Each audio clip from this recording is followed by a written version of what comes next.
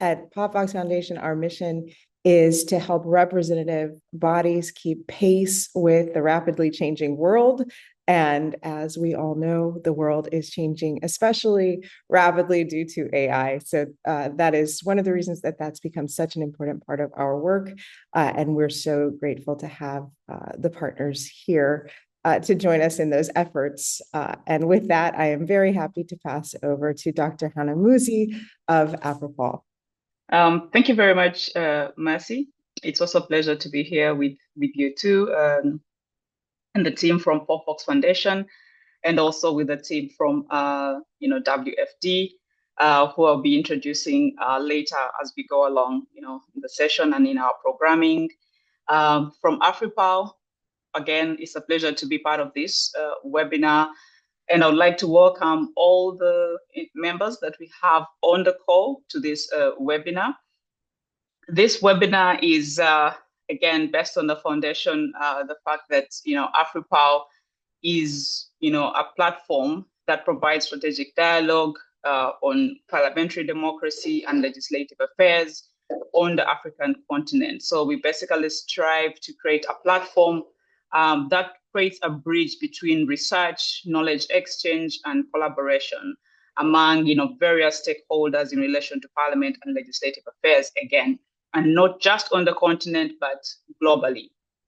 So we create a platform that brings together legislators, civil society actors, academics, policy experts to basically deliberate on key issues on parliament and legislation, but then also to share best practices on parliament and legislation, both on the continent and globally. And today, the webinar is one of those most important events that we're using to showcase some of those new developments on parliament and legislative affairs, of course, championed by our partners from the POPVOX Foundation and also WFD. The webinar also is conceived on the backdrop of the AFRIPAL conferences that I'll be speaking about later on in the programming. One of the conferences is one of our platforms that we use to bring together all these stakeholders. We had our inaugural conference in 2025 in June in Uganda, and we have the second one coming up in 2027, but we'll speak about it later.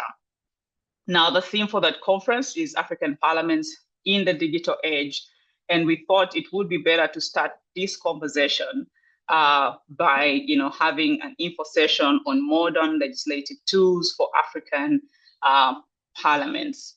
So to kickstart us off with the program, just to remind whoever is on the call that feel free to share your comments in the chat, and your questions, we'll be able to pick them up and we'll be able to respond to them when we come to the Q&A sessions. We have already received some beforehand, and we shall also be interacting with them. And hopefully, as our panelists will be also delivering their presentations, they'll try as much as possible to also answer those questions as we go along. But to kick us off, without wasting much time, I would like to, introduce, we'll start with the digitization for democratic accountability, the what, how, and why. And this will be taken by one of our colleagues from the Westminster Foundation for Democracy, Franklin DeVries. Over to you. Thank you very much, Hannah. Hello, everyone. Hello, Marcy, Aubrey, and the team. Very nice to see you and to see such a large group of participants joining us today. It's a true pleasure for me to speak at the launch of this exciting project. So my name is Franklin de Vries. I'm the head of practice accountability at Westminster Foundation, and I'm joined by my colleague Charlotte, who will speak a little bit later as well. And so today I want to share with you my reflections on the topic of digitalization and its relevance from a democratic and a democratic governance perspective. So I'm going to put this up like this. And so starting, I want to share some reflections on why WFD is partnering for this project and why we think it's important.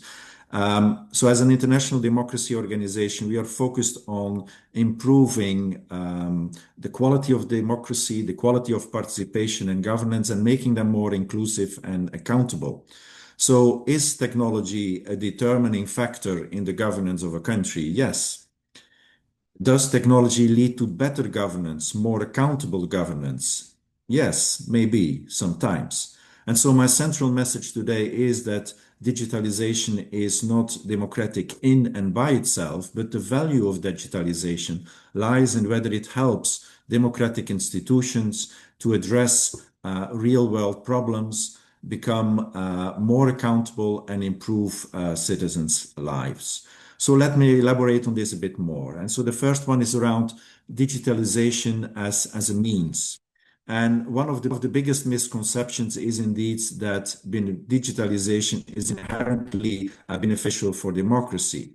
Technology does not automatically create better governance or a stronger democracy. So it does contribute to digitalization contributes when it helps institutions become more transparent and accountable to citizens. So from a democracy support perspective, I think it's important to measure digital transformation from the viewpoint of the public value they create.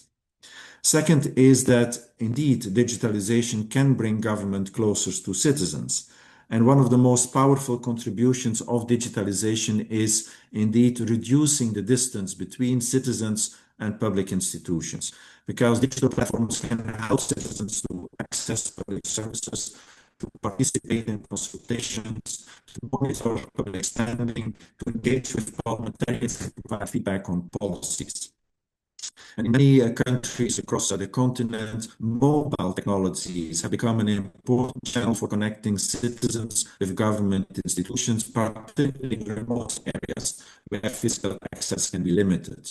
So the democratic benefit is not necessarily the technology by itself, but the increased ability of citizens to make their voices heard.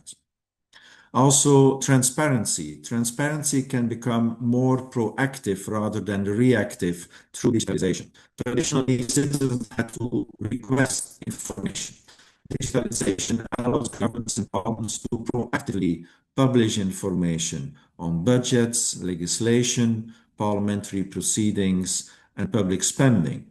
And our work at WFD on parliamentary openness and accountability has consistently shown that making information accessible strengthens public trust and enables more and better informed public debate. And so digitalization lowers the cost of transparency. Then with regards to corruption. So technology can strengthen anti-corruption efforts when political incentives exist. Indeed, digital systems can reduce opportunities for corruption by limiting discretionary decision-making, creating audit trials, increasing transparency, and making public procurement more visible. However, one of the most important lessons from governance work across the continent and globally is that technology cannot compensate for lack of political will. So digitalization can strengthen accountability, but it cannot replace accountability. With regards to digitalization, making parliaments more accessible and representative. Parliaments have historically been institutions that citizens experience from a distance.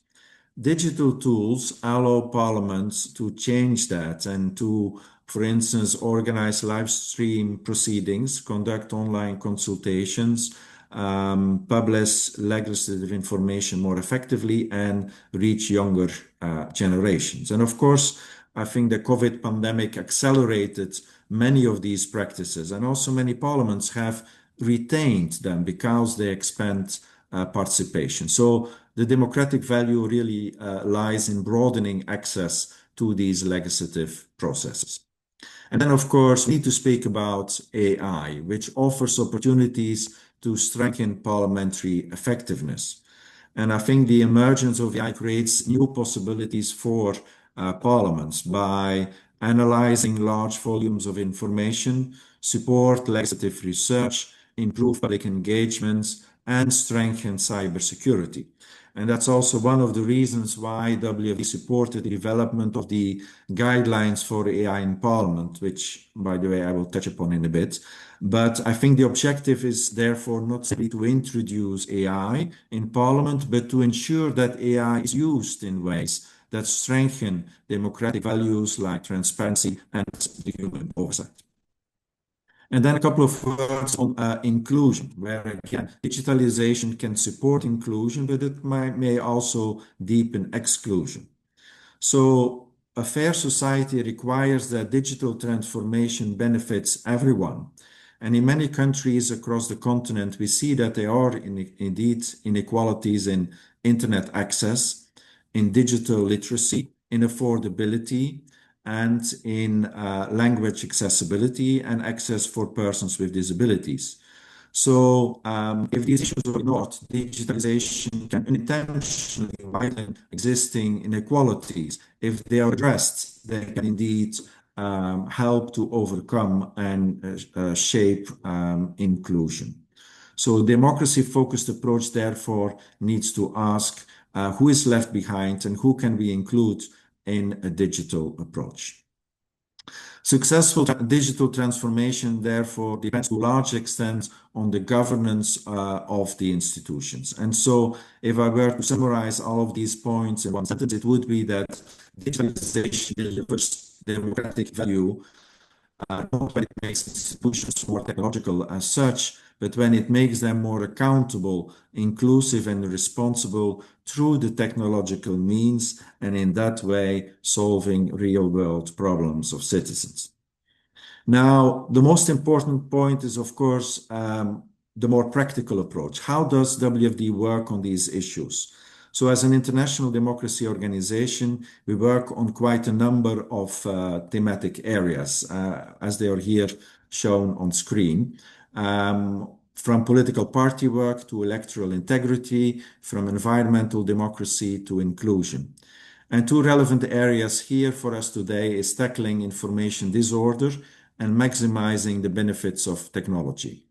And regarding information disorder and political discourse, I want to point at our reports on TikTok on information manipulation and information integrity.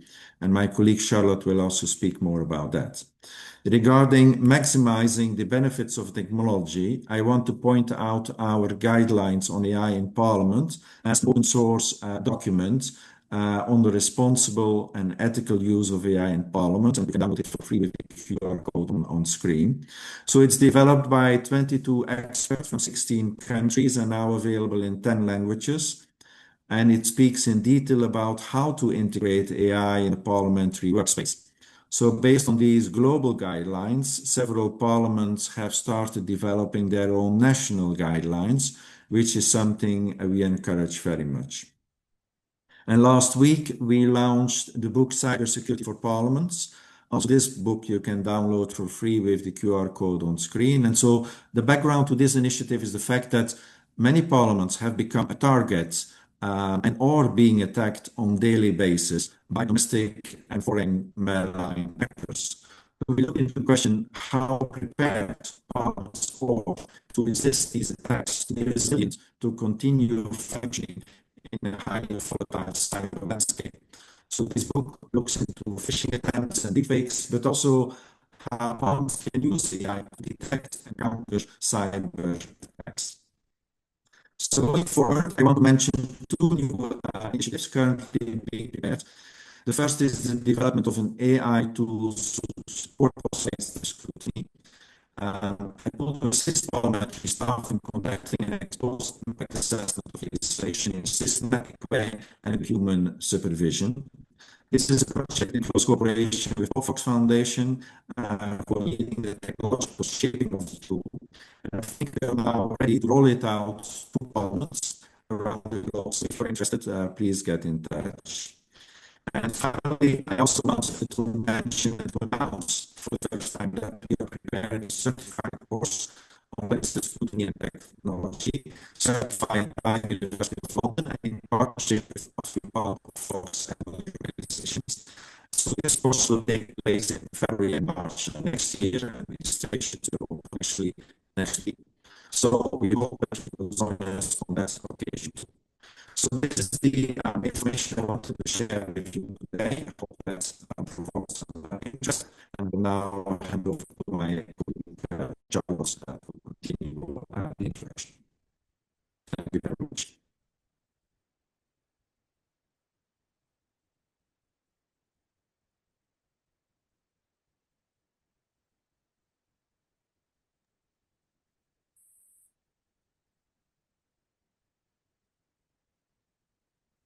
Thank you, Franklin. I don't know if you saw in the chat, there were a few audio issues there. So some people might have missed some of the things that Franklin said towards the end. But don't worry, because I will be speaking about some of the things that he mentioned, particularly towards the last part. So you'll still get to hear a lot about those things mentioned. So for those of you who don't know me, my name's Charlotte and I'm the head of global thematic programs at WFD. So thank you very much, Franklin. I'm now going to give you an overview of WFD's in-country programming around digital democracy and digitization in parliaments. But before I do that, I'm going to draw your attention back to a couple of quotes that Franklin highlighted earlier, which came from a paper produced through our Democratic Resilience in a Digital World programme, or DRDW for short. The first, because this is essentially what all WFD's digital democracy programming sets out to do. And through our work, we found out that digital technologies can support democratic resilience, transformation and impact, although there are risks. And the second, because it sums up how WFD and others should approach work in this area and what has been learned through WFD's programming. So what has WFD been doing around digitization in parliaments and wider digital democracy work? Firstly, our DRDW programme was set up a couple of years ago to interrogate assumed learning points around tech and democracy, specifically looking at the approaches to digital democracy that can make a meaningful difference, as well as what to avoid. We've been supporting new pilot projects and testing hypotheses around these. We've been gathering learning from across all WFD's work globally, and we've been supporting research and contributions to various regional and international forums.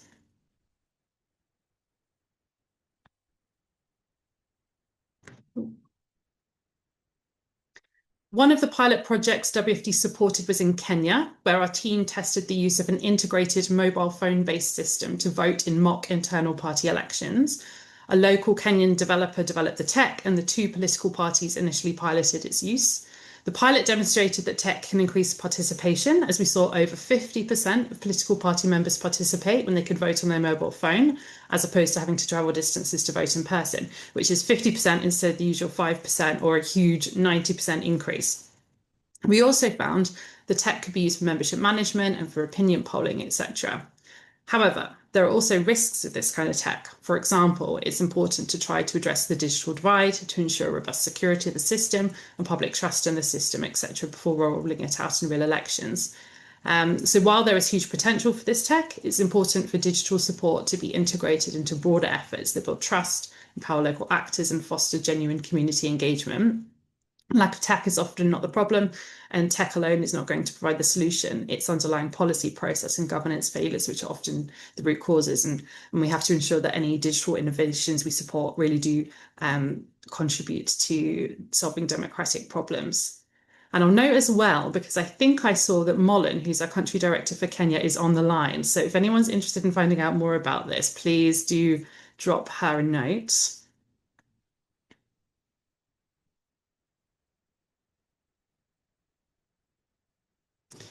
This next slide highlights some of the other projects we've been supporting in this area with some of the higher level purposes behind them.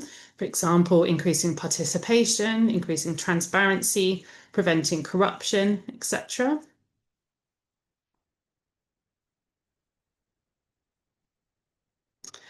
And as well as piloting through our DRDW programme, our teams are implementing other programming, including work specifically on digitisation of parliaments. So in Morocco, WFD has been supporting the House of Representatives on the use of AI in parliamentary work, including helping to develop a practical guide on the use of AI in parliamentary business, which is aimed at helping MPs and parliamentary staff understand opportunities, risks, and good practices for the responsible use of AI.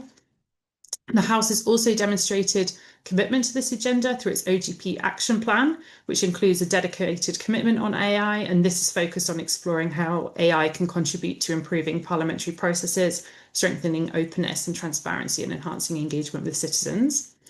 Another example from the Maldives. So in the Maldives, WFD has been working with the Parliament on 3 digitization projects aimed at enhancing inclusivity in the lawmaking process, focused on leveraging tech to streamline parliamentary procedures, foster public engagement, and to improve data management. We're also working with several other parliaments on various digital democracy work, for example, bits of work with the Ugandan Parliament.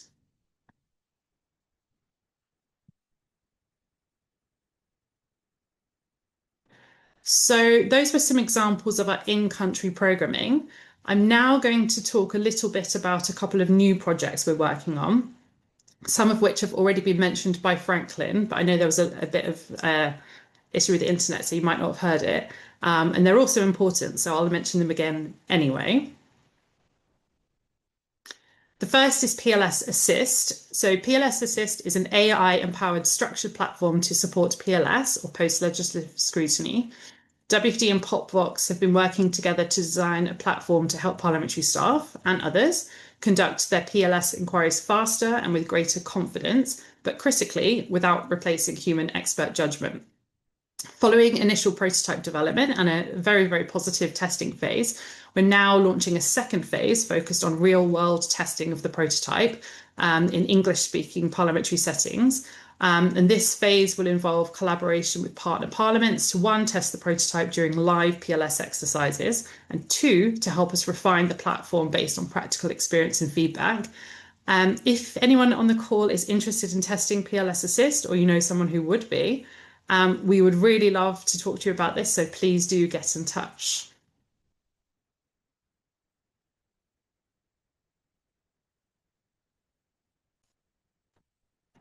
The second area is work we're doing and would like to do more of with individual parliaments to support with the practical implementation of the AI guidelines for Parliament and the cybersecurity guidelines for parliaments that Franklin mentioned. As with PLS Assist, please get in touch if you would like WFD support with this in your context, and we will see what's possible.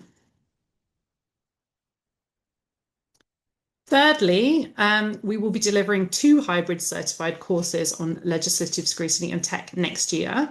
A foundational course aimed at anyone interested in legislative scrutiny and tech over February and March, alongside the Political Tech Summit in Berlin, and then in September, an advanced course to build on knowledge gained during the foundational course. You'll have to wait at least 1 week until the sign-up link for the first course goes live. So if you're interested in attending, please make a note in your diary, sign up to WFD's social media for a reminder, or get in touch with us directly for more information. We'll be happy to provide that.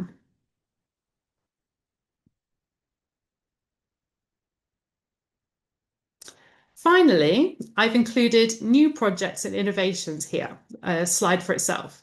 Because at WFD, we're always interested in testing new things and thinking about digital innovations to the work we do. Thank you.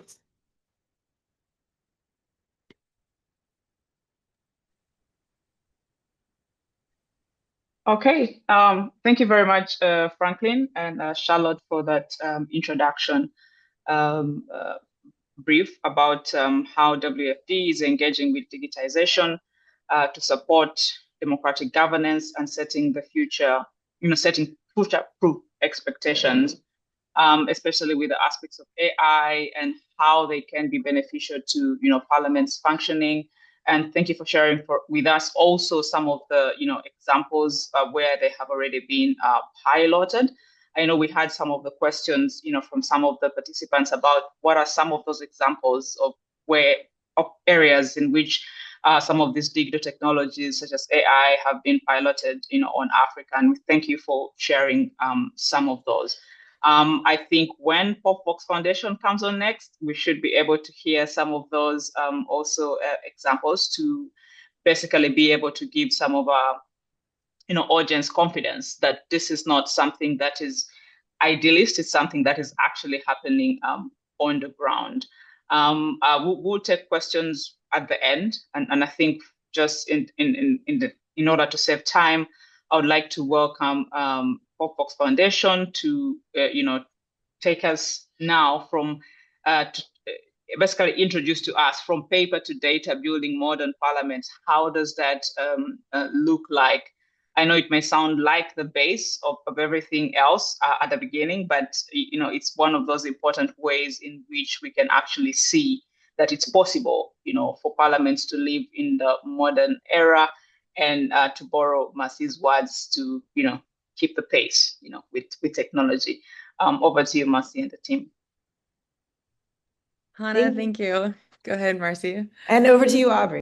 Perfect. Yeah, sure. Well, thank you all so much. And to the WFD team, thank you for laying such a strong foundation. And Hannah, thank you for the wonderful introduction. It is such an incredibly exciting time for parliamentary innovation, but it is moving rapidly. Our world is changing rapidly. And so the whole point of the Digital Parliaments Project, and also obviously the work that WFD does, is just making it accessible and making it, like we said, building confidence to understand that parliaments around the world are taking a chance to innovate in different ways. And so we're so excited today to share with you what the Digital Parliaments Project is. I like to start by actually talking about the very origin of this project, because it really started with a conversation of parliamentarians.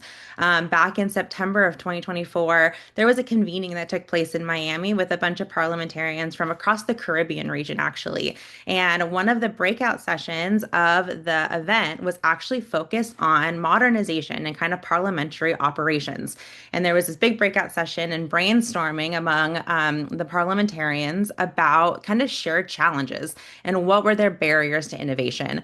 And one of the biggest kind of barriers that was really shared across all of these various parliaments of different sizes and scopes and different rules was really standardization. And it goes back to what Hannah was saying, that even though there are so many large and long-term goals, if you don't have that strong foundation, it's very challenging to even really understand where to start. And so across the Caribbean region in particular, with these smaller legislatures, there was a lot of conversation about how there can be some standardization so that more parliaments can take advantage of shared tools or shared resources, because everyone really felt that they were on kind of the same playing field. And that really kind of the first step, especially with technology and especially with AI in particular, it just seemed like everyone was kind of starting from the starting gate. And so from that discussion, Marcy was actually in the room. And it was something that POPVOX Foundation felt like we could help with.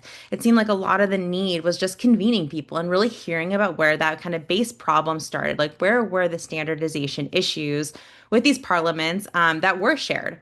And so from that became the Digital Parliaments Project. And so we sent a letter essentially to all of the parliamentarians who were in the room. And we said, we heard that this was a challenge. Let's talk about it. And so these 6 countries were actually our inaugural cohort of the Digital Parliaments Project in 2024 and going into 2025. And so we had these 6 countries who really responded to that letter and said, okay, let's talk about this. Like, we're willing to really open up our parliaments and show what our kind of challenges are and where we want to go. And let's see if we can share resources and share our learning and create this network to really help all of us really navigate this time of innovation. And so where that started was with these interviews where we really sat down with parliamentarians, with clerks, with secretaries, and we said, let us hear about your needs, your desires, and where your current digitization challenges were.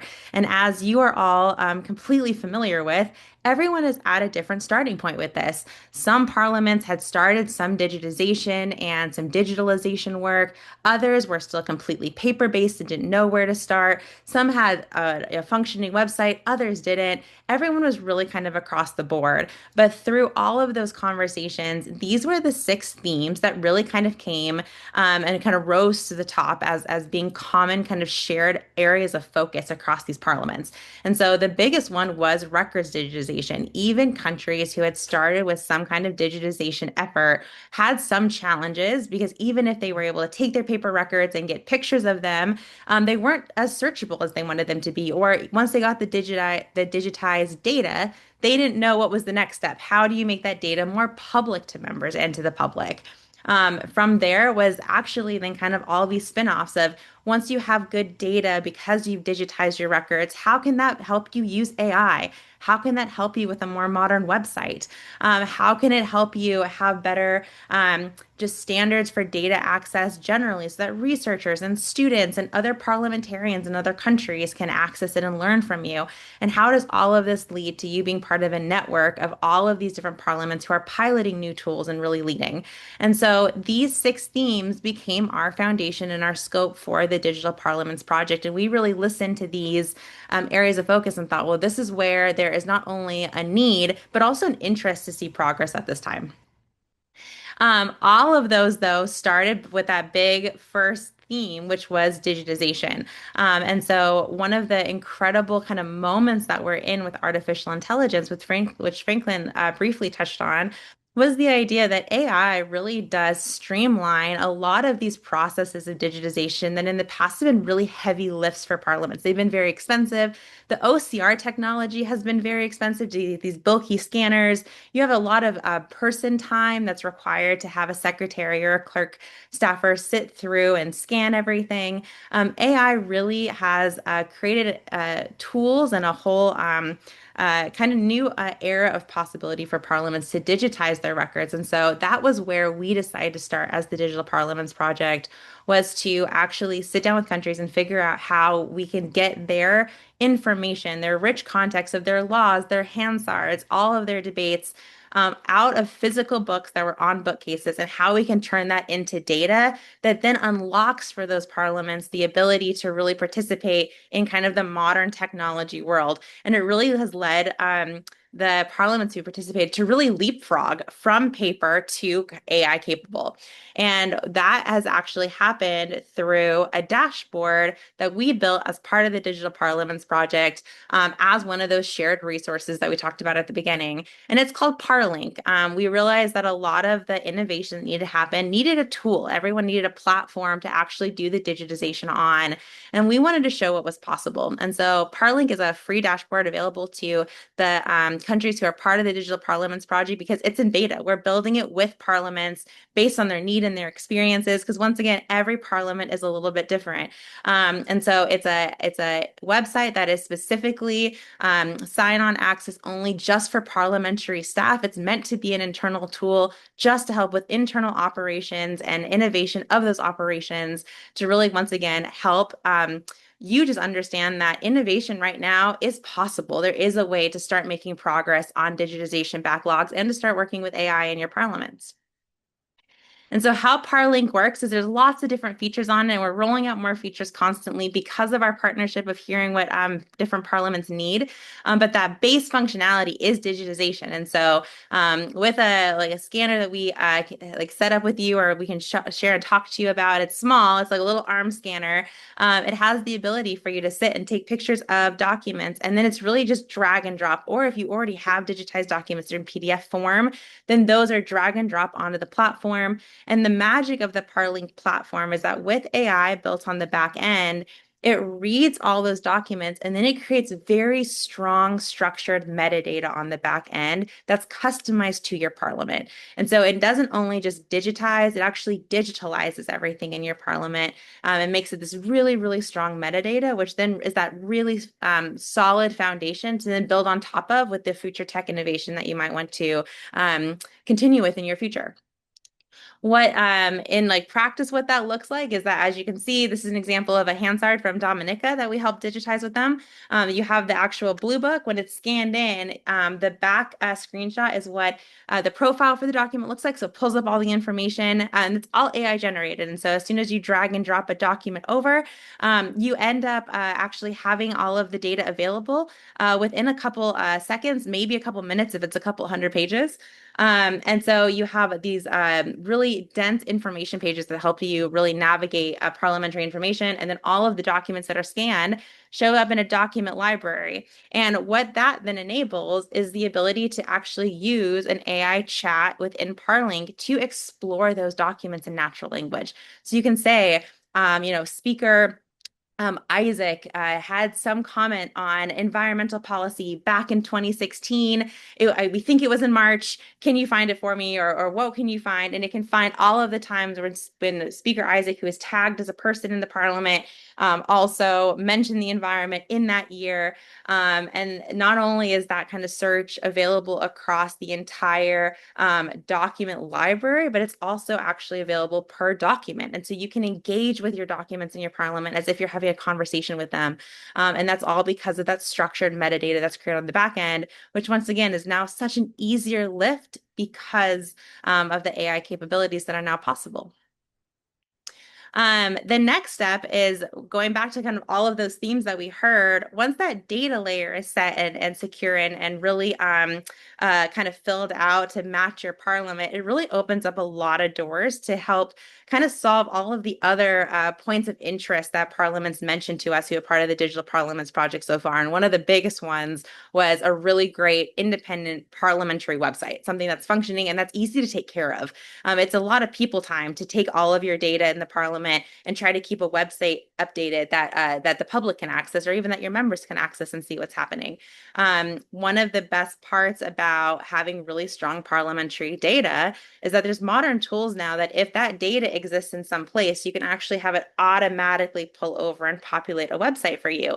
And so Parlink actually has that functionality as well through something called APIs. And so as long as you have standardized and up-to-date information on Parlink, you can choose kind of a data bridge to go to a website that will keep it updated. And so that's another kind of functionality or assistance that we at POPVOX are able to help with. We use another vendor called Squarespace to show you what's possible. We are not in the website hosting business. This is definitely a teach you how to fish so that you are self-sufficient in the future. But the screenshots that are kind of in the front here that are the more cream color, that shows you what the APIs look like. And so everything that's on this legislation pullout wasn't hand entered into the website. It's all information that it was in Parlink and just pulls over automatically. So it can show you all of the most recent bills and legislation and be searchable for the public, just like how it is for you as the clerk or the parliamentarian working inside of the parliament. And then same with members. Parlink has a member roster functionality. So as long as you keep your member list up to date, then there can be a member list on your website that's always up to date where people can click on and find their elected official information about them, contact information on them, so on and so forth. Going back to what Hannah was saying about just the idea that one of the biggest kind of emphasis of this call and this partnership among all of our different organizations, just building your confidence. We realize that it's one thing to do a quick, 15-minute, slide deck where you have screenshots of these things, and it's a lot different experience to try to actually integrate and adopt that on the ground in your parliament, especially since every parliament is different. And so for the Digital Parliaments Project, we wanted to make sure to actually go and meet parliaments where they are. And so we actually did a trip down to two of our initial DPP cohort countries. In February of this year, we went down to St. Lucia and Dominica and actually spent time with their parliamentary staff to integrate Parlink. And so it was everything from teaching them how to scan documents, getting them into Parlink, setting up their data, and making sure that this system actually could integrate and work with how their workflows work. And we learned so much. And in addition, I know that they learned a lot as well. And I think that that's a huge kind of overall arching theme of the Digital Parliaments Project is that we're all learning together. This change that's happening with technology right now and just with parliamentary interest and innovation, it's happening so quickly that everyone is learning this together. And so the Digital Parliaments Project very much is this collaborative effort. And so with the platform, with being part of the project, it's very hands-on. We do custom trainings. We walk through it to make sure that all of the functionality is understood and that it can match your workflows. If there's something that it can't do that you're interested in, that is something that we explore. Like I said, there's new functionality constantly being rolled out. And one of our biggest kind of just beliefs is that if we find a tool or we are able to work with a parliament to create a new tool that can help out one parliament, it's more likely the fact that there's many parliaments who can benefit from that. And so the Digital Parliaments Project isn't just a platform, or it isn't just like a list of AI tools or data tools. It's actually more of a network of all of us learning together and rolling out tools that everyone can benefit from. And I'll say on that note as well, there's also a lot of like technology, like questions right now happening, and a lot of just, I think, hunger for information about what modern technology is like and what different terms mean. And so POPVOX Foundation, we actually have a whole list of AI resources and kind of modern tech resources for parliaments generally that you can find on our website that aren't touched on here because it's not directly part of the Digital Parliaments Project. But just once again, I really recommend that you go on and kind of explore through our resources because there might be other parts of POPVOX Foundation that might also be interesting to you as well. And with that, Marcy, I will pass it off to you. This was obviously the beginning of the DPP. This is what we accomplished over the last 2 years in 2024, 2025, and the beginning of 2026. But there's so much more coming in the future, especially because of this call. And so, Marcy, I'll pass it off to you to talk about the future of DPP in Africa. Sure. And thank you, everyone. I'll try to be brief so we can get to questions. I want to acknowledge that some of our partners in the DPP are on. So Sammy Avengo from PNA Africa. So good to see you there. Also, I know that many of you on the call have been thinking deeply about how AI can be applied to parliaments and experimenting within your own parliament. So I just want to say hello to Ahmed Ali from Ahmadinejad from Kenya, who has written extensively on this. As Aubrey said, it really is important that we're all sharing information, learning together. And of course, AFRIPAL 2027 is a great place for us to all come together and share notes. And in the buildup for that, we will be working to expand the Digital Parliaments Project to Africa over the coming months, and hopefully have lots to announce at AFRIPAL 2027 in Botswana. So we'll be coming to Ghana in August to have some meetings there and coordinating with Sammy and others there in the Parliament and inviting others to join us. But really have been having conversations. I see teams from Ethiopia and Uganda. Hello, Timothy, and others on the call. We've really appreciated the early conversations about what this could look like in an expansion to Africa. And so if you are on and we have not talked to you yet, please reach out because we really are excited about the opportunity to open this up and learn from the various parliaments and what your needs are, what you've already tried, and how these tools potentially can be put to work for your parliament. One note on language, because I know it always comes up. We are initially launched only in English, but we're in the process of undertaking our first localization to Albanian. But we have several other languages on tap, and so far the localization is going well. So if you are a multilingual parliament, that is something that we hope to be able to work with and again learn from how your processes are currently dealing with those challenges as we build out that functionality for the platform. So this is really the start of a conversation and an invitation to have many more conversations. And again, we're just so grateful to our partners at WFD and AFRIPAL for making this possible. And I will pass back to you, Hannah, for as much Q&A as we can fit in, and then we are very excited to continue the discussion. Thank you very much, Marcy and Aubrey, for that brief on the DPP project. So I was going to put Marcy on the spot about the future, aspects and their connection to AFRIPAL, but she already did answer that, and then also the question on multilingualism, because of course in Africa there's a bit of that concern, as many parliaments operate in more than just one language, which is rather than English, and so there's a question of how will the AI be able to adopt to some of these various languages. But I think you've answered that. But Rejoice from Ghana is quite interested about she has the PARLink innovation, and she's preoccupied by the aspect of the AI accuracy, and she's wondering if you have any feedback from the users, what is their experience using AI and the PARLink platform. If you could be able to possibly share something in relation to that. Yes, thank you so much. Thank you so much for the question. And we continue learning, and part of the deployment in beta is to get that feedback and to understand how well it's working for the various parliaments. The scans are coming from everything from either Word documents, which of course work very well, very clear PDFs that also work very well. The accuracy on that is quite high, and even scanned photographs with fingers in them from bound books that that are not possible to take apart to scan, and those are actually even quite accurate and becoming increasingly so. So the way that we're working is to really stay at that cutting edge of what is possible today. And then when there is the next tool that makes it even more possible to scan with greater accuracy, moving towards that. But one of the things that's really important and that, we hope to facilitate even in the design of the tools, and this is why we think it's so important to work directly with parliaments rather than trying to just maybe reuse something that's designed for other contexts, is, most parliaments have incredibly experienced professional editors who have worked for years with the parliaments, to be the final gatekeeper and eyes on Hansards and other official records.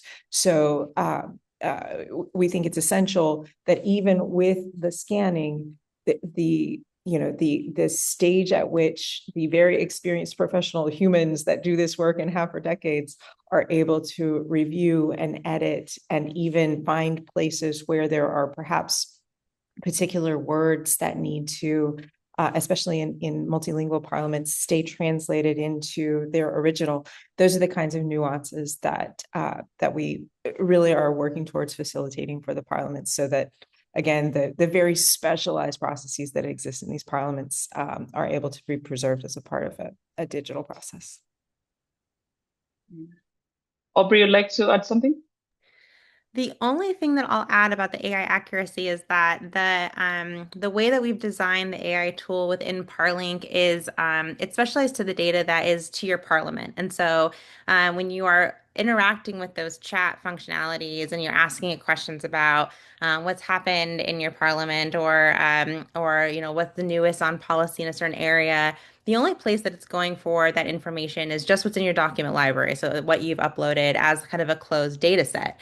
And so it's not going to the internet to find that information. It's really staying on just what the information is that you've given it as you've updated. And so that massively increases the accuracy of the AI, just because it minimizes the hallucinations. And then it also, another part of the Parling functionality is that it can give you the documents that pulled that information from. And so it will specifically send you to the Hansard where that thing was mentioned, or specifically show you the links to the bill or the act that you were trying to find, so you can then double check and go in and see that information directly from that original source. And so that kind of closed world of where those AI chats are finding that information, that does increase the accuracy of the AI on Partlink.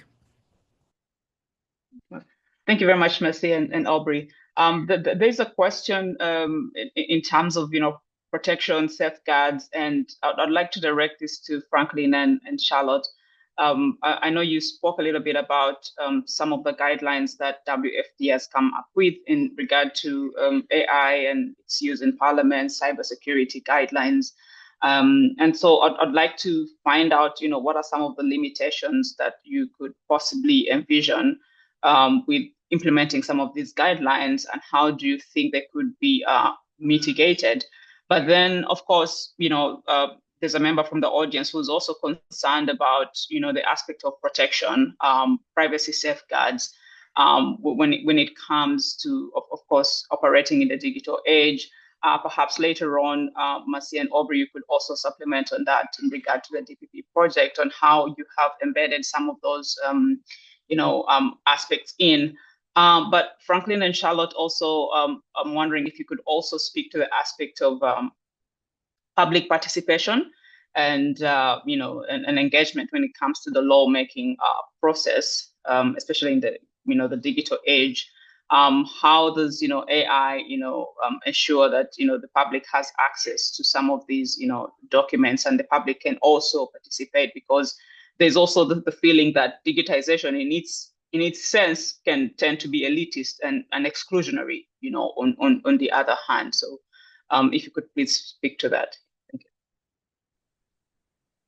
Thank you very much, Hannah, and thank you for the question. So, on the topic of AI and parliaments and cybersecurity, so as I briefly mentioned, parliaments are increasingly under cyber attack in many countries because parliaments are actually very important political institutions and becoming also a cyber target.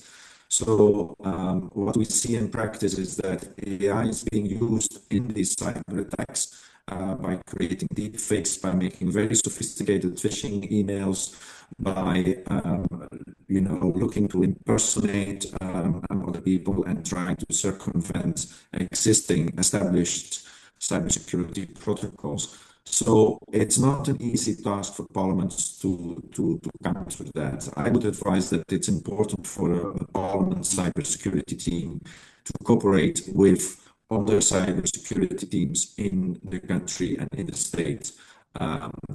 Most likely from a cybersecurity agency or from cybersecurity professionals in other branches of government. So that is important.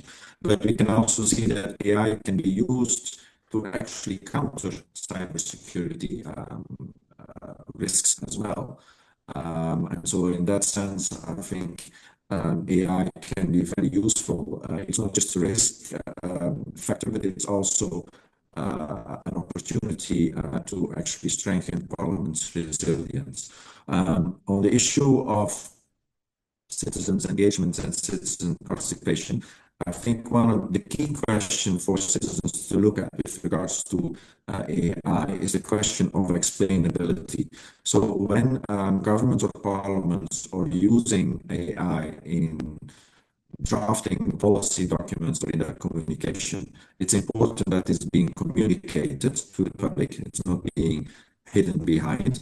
But also, secondly, citizens can ask for explainability. So, and government and parliaments need to be able to explain how they've come to certain conclusions, certain policy proposals, certain issues with the help of AI, and what was the arguments in favor and against. So the balance of argumentation and rationale, I think, is very important.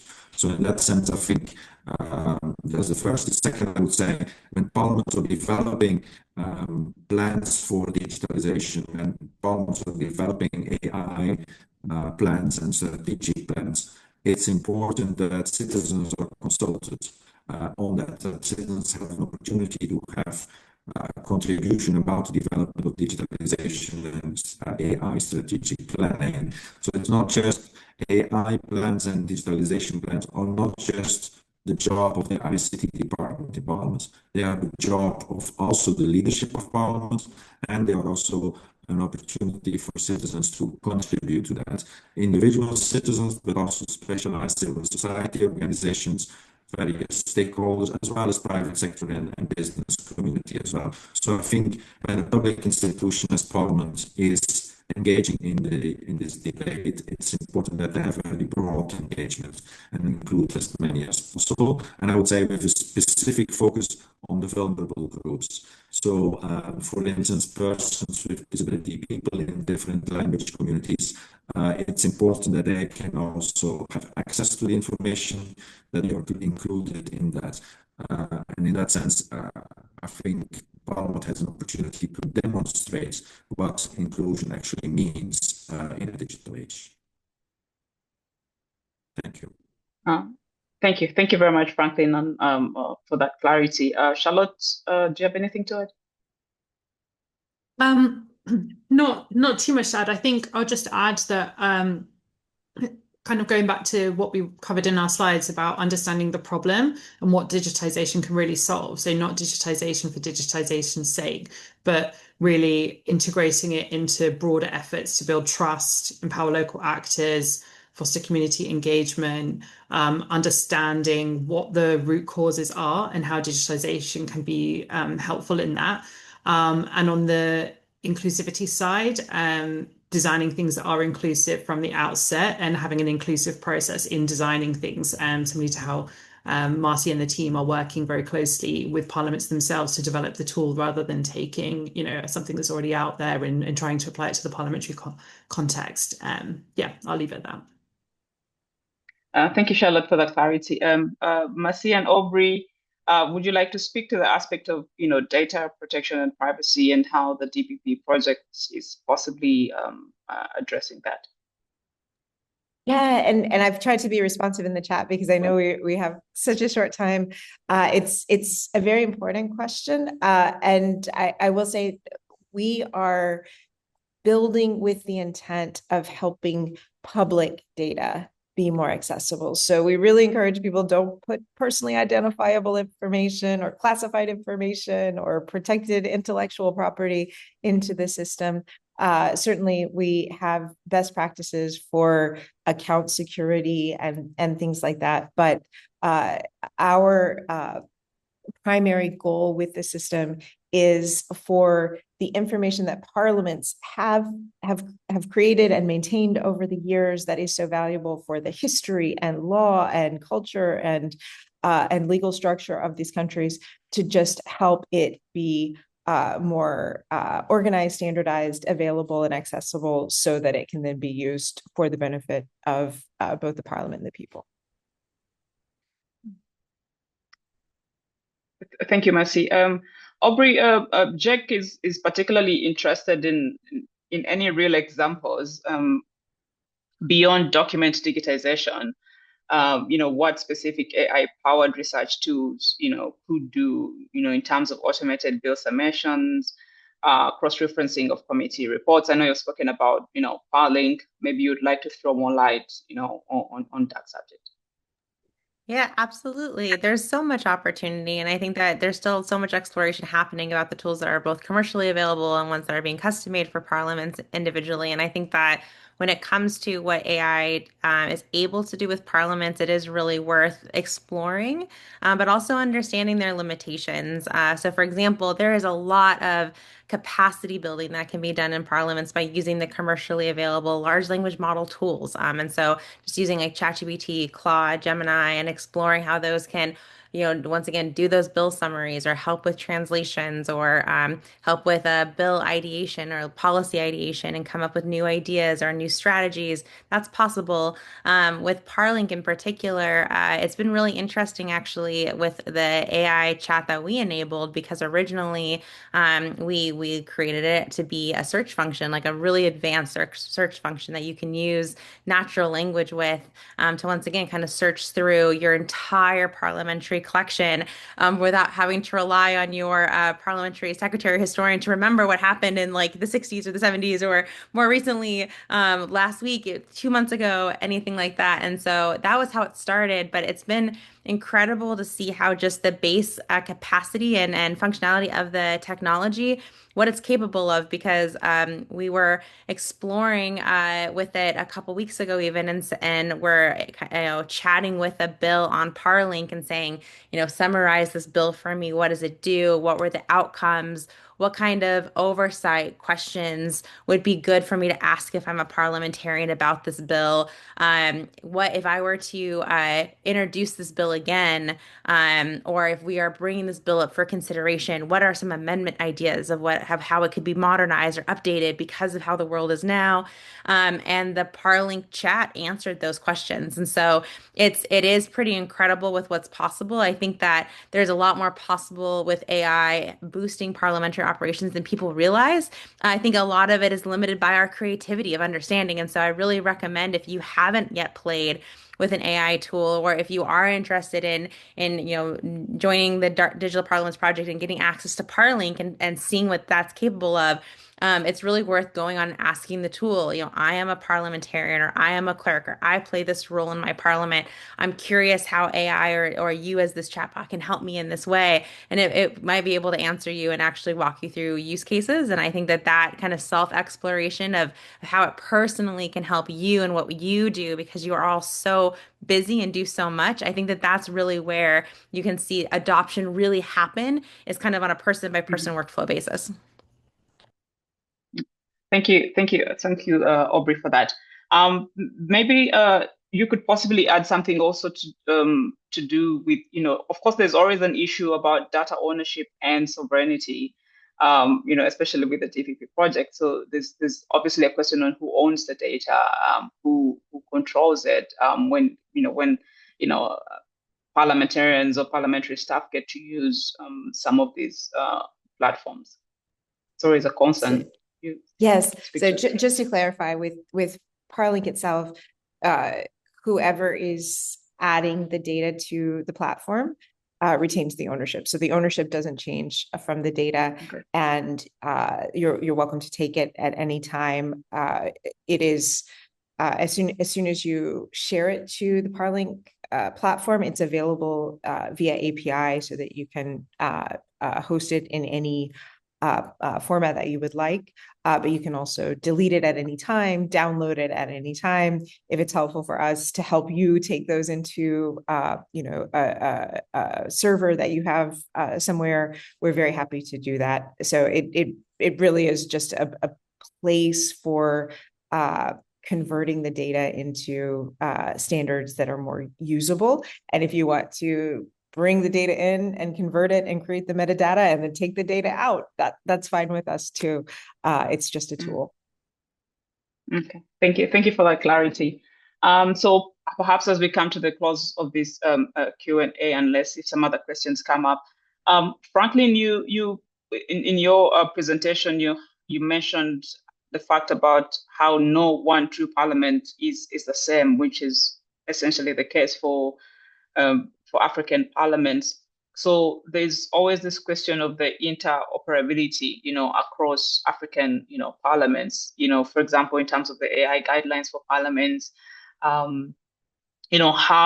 do you ensure that they're able to, work in different, contexts, for example, Anglophone, Francophone, which may have different, parliamentary structures or legislative, structures, even with different traditions and parliamentary rules. How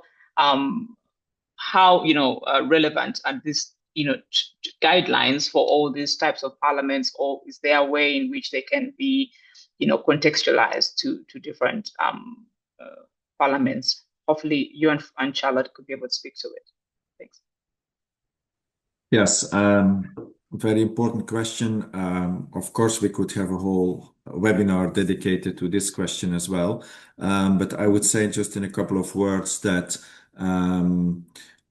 localization and the national approach to the questions of AI, cybersecurity, digitalization, I think is a key, is a starting point. Each context is different. For instance, I know in some parliaments there is distance between the two houses of parliament, if it is a bicameral parliament. Distance, sometimes rivalry, and sometimes a real cyber wall as well. I think these are issues to be addressed, because when we look at hackers who want to target a parliament, they will not distinguish between the National Assembly or the Senate. So I think that on cybersecurity issues, there is a real imperative for two houses of parliament to work together if you have a bicameral parliament. Similarly, with regards to national federal parliament and the subnational parliaments. So from a cybersecurity perspective, it's imperative to establish protocols for cooperation. With regards to digitalization, I think in general, sharing of best practices and how we can learn together as a community, I think is of utmost importance. Nobody has all the answers, right up our sleeve. The digital and the technology field is growing as fast. As Marcy has mentioned, we have this spacing problem, which is still accelerating. So that means we are in this boat together, and we also need to be able to rely on each other for advice and for support. So that would be my second point. And the third one would be still keep very much an eye on what is in the end of the interest for citizens, for most vulnerable groups, for civil society, for those people which are not that much in the loop with, let's say, political processes, because we need to give legitimacy to a more digitalized political process. Political trust is already very low in countries. Any scandal is further undermining this political trust. So being very transparent on what we're doing and doing it in a way that it includes citizens, it engages citizens in the process, as I mentioned earlier, from digital and AI strategic plans to the actual use of them, to make that very transparent and accessible. I think these can be first building stones to regain that trust and to make sure that indeed democratic processes gain leverage with the introduction and further introduction of technologies and AI. I hope that Thank you, Frank. Thank you, Frank. Yes, it does help. Charlotte, do you have something to add? No, I was just going to add that if anybody does want to operationalize the AI guidelines for parliaments or the cybersecurity guidelines in their context, they are available in a number of different languages on the WFD website. So please do have a look, and also feel free to get in touch with us if you would like to have a meeting with Franklin to go over anything, or for us to put you in touch with any of our WFD country staff in Africa. Yeah, we're here to help. Thank you, Charlotte. Thank you, Franklin, and thank you, Mercy, Aubrey, and Chloe, who I'll hand over to very soon. We certainly have been doing very good with time, but I mean, just to pick off from something that Franklin was saying, some of these things actually begin with conversations, and it's important to have these conversations because then we are able to identify, the various ways in which we can be able to, contextualize and be able to incorporate some of these tools into our, functioning, and basically to improve parliaments and our legislative functions. And it's one of the reasons why we wanted to have this webinar. And like I mentioned earlier, this webinar is basically coming as a precursor to the 2027 conference, AFRIPAL Conference, which will be happening in Botswana in July 2027, from the 22nd to the 23rd. So it will be a 2-day in-person jam-packed, event full of engagements, workshops, and in relation to digitization. The conference theme for AFRIPAL 2027 is African Parliaments in the Digital Age, Reimagining Possibilities for Better Performance and Networked Governance. It will be hosted by BIDPA, the Botswana Institute for Development Policy Analysis. And on the call, I saw actually Dr. Kinelwe Marata, who's the chair of the organizing committee from BIDPA, who will be our host over there in Gaborone. So would like to invite you to visit our website, the AFRIPAL website, to take a look at the call. We currently have a call for panels, sessions, and roundtables out with a deadline of September 2026. So please take a look and submit your proposals for consideration. We also look forward to basically having some of these in-person trainings with specific parliaments. I think someone mentioned something about how do you work with specific parliaments, and one of AFRIPAL's mission is that wherever we go, we make sure that we deeply engage with the parliaments in that jurisdiction. We did it in 2025 with the Parliament of Uganda, in partnership with POPVOX Foundation, where basically we introduced some of these modern legislative tools, and we plan to do the same with Botswana. And basically to let you know that take a look out for the next time we'll be in your jurisdiction, we'll basically be doing the same thing. We'll also be in Botswana in partnership with the WFD, who will also be leading strategic conversations, in relation to post-legislative scrutiny and technology. And they'll also be introducing, some of these, AI and cybersecurity guidelines. So we would like to invite you to come and be part of this conversation, but then also to share some of your, the best practices and some of the ways you have been incorporating these in your different parliaments and legislatures. So we look forward to seeing you in Botswana in 2027. I'd like to hand this over to Chloe to close off. I know she has a couple of information that she would like to share with you. Otherwise, I'd like to thank our panelists, Aubrey Wilson, Mercy Harris from the POPVOX Foundation, Charlotte Egan, and Franklin DeVries from WFD for taking your time to share some of the work that you have been doing in relation to digitization and parliaments. Thank you. Over to you, Chloe. I will do it short and sweet. Thank you, Hannah. And thank you so much for this wonderful conversation, truly. My name is Chloe. I'm a project manager for the global team at POPVOX. I just wanted to flag you'll be getting an email from me probably sometime in the next week with just all of the resources that were shared from all of our panelists, as well as contact information for everyone on this call, so that you have all the information at your fingertips. We're also going to be compiling takeaway notes and the recording as well of this webinar. So that will all be in your inbox. But thank you again for everyone's time and the wonderful questions, and really looking forward to further engaging.